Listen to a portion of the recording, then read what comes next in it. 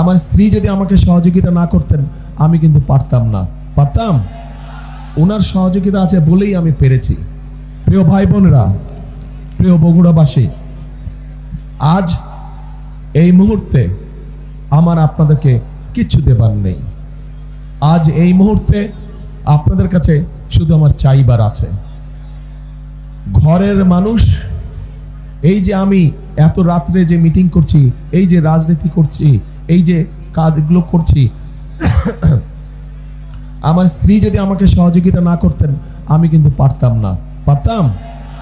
ওনার সহযোগিতা আছে বলেই আমি পেরেছি। ঠিক একইভাবে আপনারা বগুড়ার মানুষ যদি আমার পাশে থাকেন,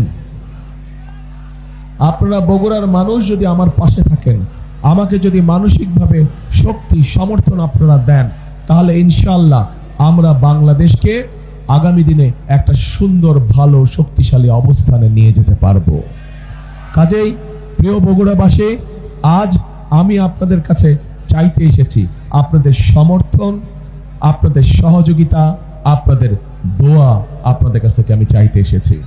এবং এই সব কিছুর সাথে যেই কথাটা আমি সব জায়গায় বলি, যতগুলো নির্বাচনী সভায় গিয়েছি সব জায়গায় বলি, কারণ এই কথাটি আপনাদেরই আরেক সন্তান সবসময় এই কথাটি বলতেন। তার নাম হচ্ছে শহীদ রাষ্ট্রপতি জিয়াউর রহমান। উনি বলতেন, দেশকে গড়তে হলে আমাদের সকলকে ঐক্যবদ্ধ থাকতে হবে এবং ঐক্যবদ্ধভাবে আমাদেরকে কাজ করতে হবে। আমরা কাজ না করলে আমাদের দেশকে আমরা গড়ে তুলতে পারবো না।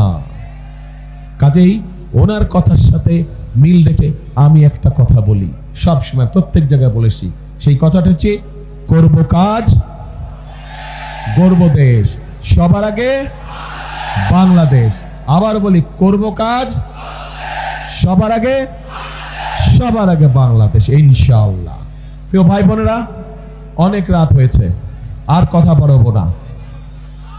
বাড়াবো না, শুধু আপনাদের দোয়া চাইতে এসেছি।